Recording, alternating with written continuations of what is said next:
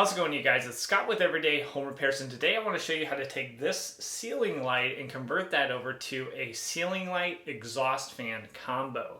So we're still going to have light for our space, but now we're going to have the benefits of an exhaust fan, which this bathroom currently doesn't have. So it's going to help us reduce the humidity, reduce the chances of mold and issues down the road by circulating that air outside of your bathroom.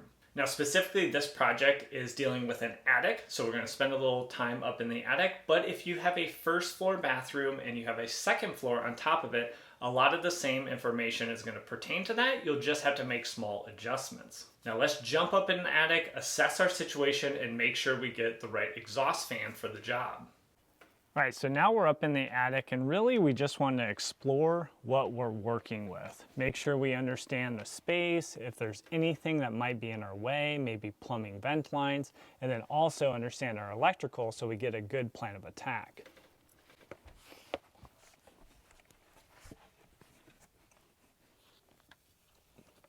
So if you have insulation fiberglass like this, you might want to wear long sleeves. It's also nice to have a couple of scrap pieces of wood that you can lay across your rafters, just make it more comfortable when you're working up here. So this is the space that I'm working with. My rafters are 16 inches on center. So that will give me a cavity space between about 14.5 inches. So I have plenty of room to mount my exhaust fan. So my plan is I'm going to mount to this rafter. I have this existing light that I'm going to remove. I'm going to remove this bracket, and then I'll cut my exhaust fan opening out where then that hole is contained within it, and I shouldn't have any drywall repair. It should be overall pretty easy. Now I am taking into account this piece of Romex, so I'm going to favor the housing and the electrical box further back here. So hopefully I have enough length of Romex, but I will also address if you are short in terms of wiring, how to wire up a junction box so you can get out of that situation. So just one more part in planning is, where is that vent line gonna go? So I have this window right here, and let's jump outside and I'll show you where I'm gonna put the vent. So there's the window, and the plan is to just put the vent through the soffit here. So you can either go through your roof, or if you have a soffit such as this, you can put a vent through that, or again, if you're on the first floor and you have a second floor, you can go through the wall. So that's the plan for now. We'll see how it works. So after getting that plan of attack, this is the model of Nutone exhaust fan I went with. Now overall, it has really good airflow, and at 1.5 for the sound rating, that isn't too bad. There are quieter models, but this one overall is pretty good. And to give you a baseline, a refrigerator humming is about 1.0, so this is going to be a little bit louder than the sound you hear coming from your refrigerator. But really the feature that sold me is, remember, this is my ceiling light, so I want a good light with this exhaust fan, and not all exhaust fans have good lights. This one will actually have 2 bulbs, so it'll give me a little bit more light for the space, and that's really the reason I went with this one. Now if you want more details on this exact model, down in the description you'll see a link to this model, along with a link to our Amazon store, which has all the different tools that you'll see me use throughout this project. Now it's time to get to work, and we'll start off by just removing that ceiling light. Usually you can just loosen up 2 mounting bolts, rotate the fixture, and then remove that from the ceiling. And use your non-contact voltage tester just to confirm there's no power before undoing the wire nuts for the hot and neutral. One more wire usually you'll have is a ground attached to your metal electrical box. Then from up in the attic, I'll use my 12-inch cat paw pry bar and just try to get these nails off that cross bracket so I can remove it and remove the Romex wire from the old box that I will not be reusing. Then I'll just fit the actual exhaust fan in place, get it to where I want it, making sure the hole's contained, confirming the wire can reach just in case I can make small adjustments. And then I'll mount 2 screws temporarily and then jump back down in the bathroom to cut out the drywall. So in these type of projects, I always prefer to be down in the conditioned space opposed to in the attic. For instance, for me, it's over 100 degrees in the attic right now. So if I can be down here cutting out the drywall, I definitely prefer that. What I'm going to use is a rotozip, and it actually has a vacuum attachment to keep the drywall dust down. What I do is I run the rotozip out to the wall, I jump the housing to get to the outside of the housing, and then with light pressure on the housing, I am able just to easily trace with the rotozip. If you've never used the rotozip, it is awesome for drywall work like this, and also electrical boxes. You can just zip out electrical boxes real quick. If you don't have a rotozip, you should have a jab saw. And I'd do the same process, but I would not screw the box in place. I would set it in place, I would mark my 4 corners, and then I'd drill the 4 corners out, come down here, and then I would, with a pencil, I would connect the 4 corners with a straight line, and then with my jab saw, pop that up there, and then I would cut out each of those lines. So that's another option for you if you don't have a rotozip, or an oscillating tool. A lot of people like to do drywall with oscillating tools, but if you use an oscillating tool, you're still gonna wanna get your lines down here opposed to the rotozip, because you can just follow the housing on a rotozip and you don't have to mark out your lines. So let me show you how it works. Now, independent on the method you use to cut out the drywall, it's important to have a mask and also eye protection when working overhead. So I'm a little timid here at the start, just cutting out small sections, making sure that I don't cut the hole too large. But once you get the hang of it, you can kind of find a little bit of a rhythm with the rotozip, and it makes quick work of cutting out electrical boxes or housing such as this exhaust fan.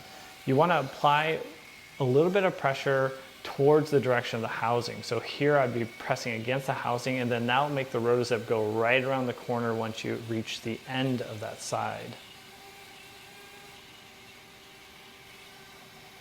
Now with this exhaust fan, it's only attached on one side, so it kind of pushed up just a little bit. So I just have a small trim to do on the corner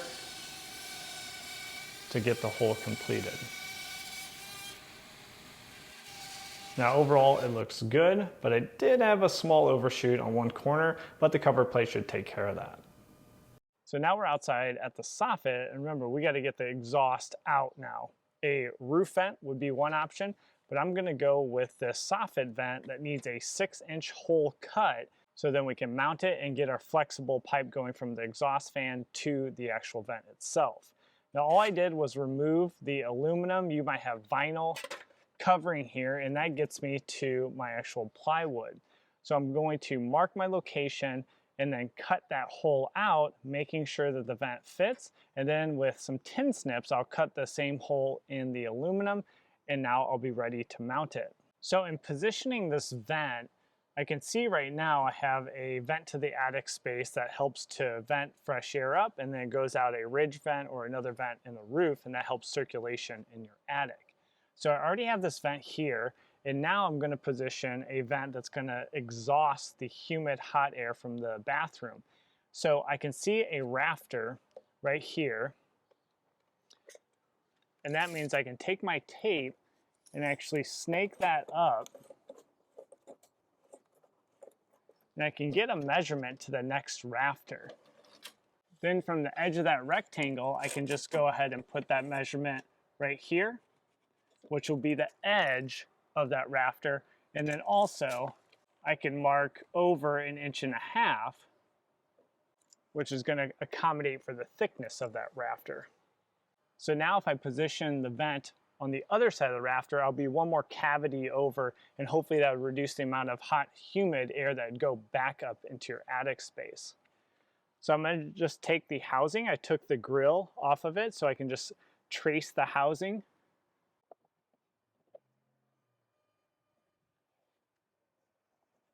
So now I have my 6-inch hole that I need to cut. So first up, I'm just going to take a spade bit and drill a hole at the edge of this circle.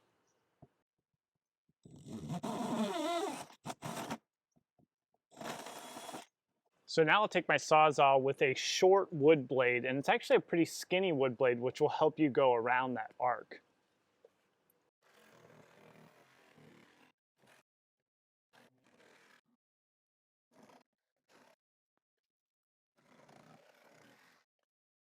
So now I have aluminum that I'm going to place back up, and the hole's actually between 2 of those, which is great because then I'll be able to cut with tin snips around to then straddle the circle across those 2 different pieces.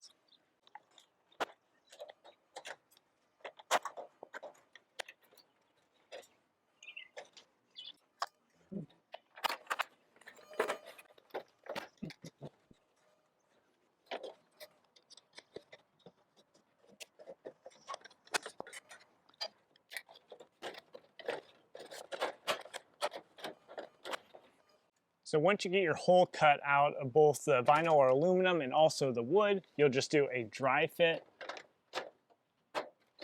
And if it fits, now you'll take it back out and we want to get our flexible pipe going to the exhaust fan. I want to connect from this adapter right there. And what I did is I actually fished some line from the outside, so electrical fishing tape, which will allow me to then pull the flexible line towards the 6-inch hole that we cut in the soffit. And you can see right here on the right hand side is the flexible line.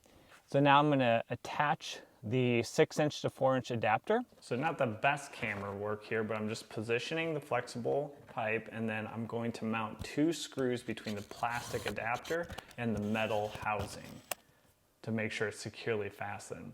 Then at the other end of the flexible pipe, I'm going to close that end up and then take the hook on that electrical fishing tape and poke it through both sides. And then that's going to give me a secure hold while I pull that through to the soffit. And then just straighten things up so when you pull, it has the clearest path possible. All right, so you definitely want to take your time here. You don't want to catch that flexible pipe. So I'm going to start pulling the fishing tape out, taking my time, feeling if there's any resistance, and then hopefully get it out without too many issues. Yeah, I am going to stick my hand up there and then run that fishing tape through my hand to try to get a little bit more control of directing that pipe.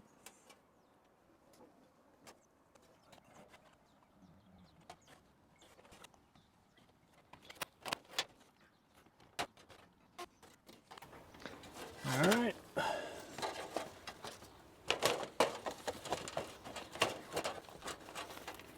There we go. All right, so now we're going to move on to wiring. Again, we're going to want to use our non-contact voltage tester to confirm the Romex coming in is not hot. So we're good to start working. Now the Romex is going to pass through this little cover plate that's going to have one screw to mount it. Don't just pass the Romex through this open hole. You need to install a clamp. Over half the exhaust fans I see just have Romex coming in, so now you have a metal sharp corner that could cut into the hot side, and that's just not ideal.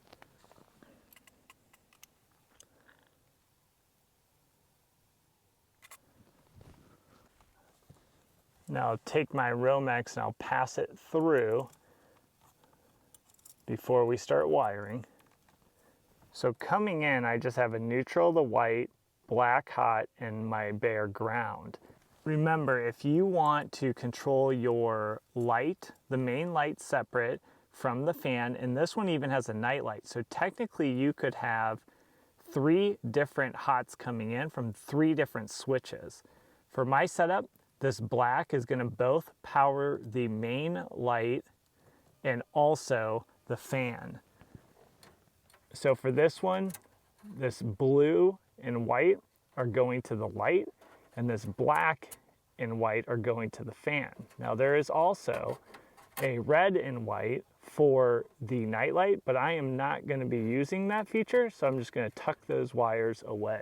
And then wiring's made super easy because I use Wago lever nuts. So I'm just going to use a 3-pin Wago lever nut. I'm going to take the blue and black, so remember blue's coming from the light, put that within the lever nut and close the lever. Do the same thing for black, close the lever. Wagos are so nice because you can see through the housing and see that your wires are fully seated. Then I'm going to go ahead and take another Wago, do the same thing for the neutrals, and then do the same thing for the ground with just a 2-pin. Okay, so now I have all my wires connected.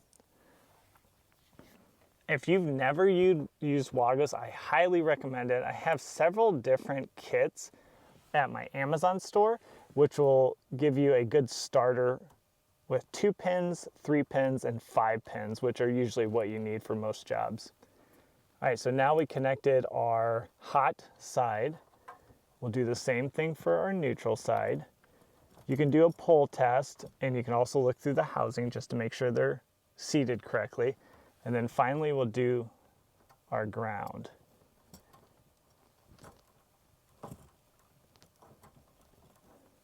Okay, so everything is correctly wired up. So now I will tuck these. Now I'll bring that cover plate up and start to tuck these connectors back in. I have my mounting screw right here.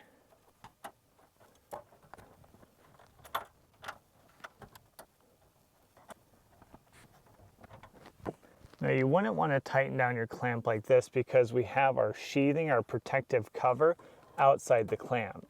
So you'd want that to actually go within the box and then the clamp to clamp down on the protective sheathing. All right, so that should be it for our wiring. So now with everything connected, we'll go ahead and finish up this outside with the vent mounting. I'm just gonna cut this flexible pipe to length, mount it to the vent, and then just use 3 mounting screws to screw that into the soffit.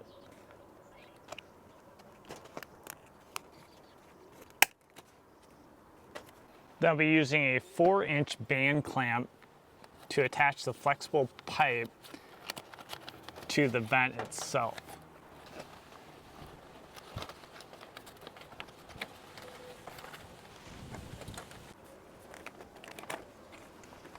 So before mounting the vent, just make sure you have a really secure hold and your band clamp hasn't slipped off. It's super common when you're tightening it on the band clamp for it to actually slip off.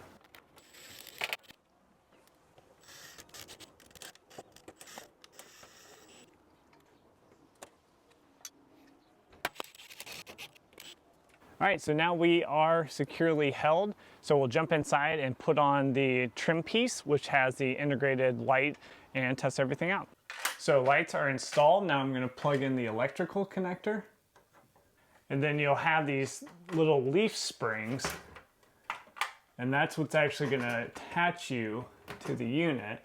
I usually do one side and then the other. So now that is mounted. I'll do it for this other side.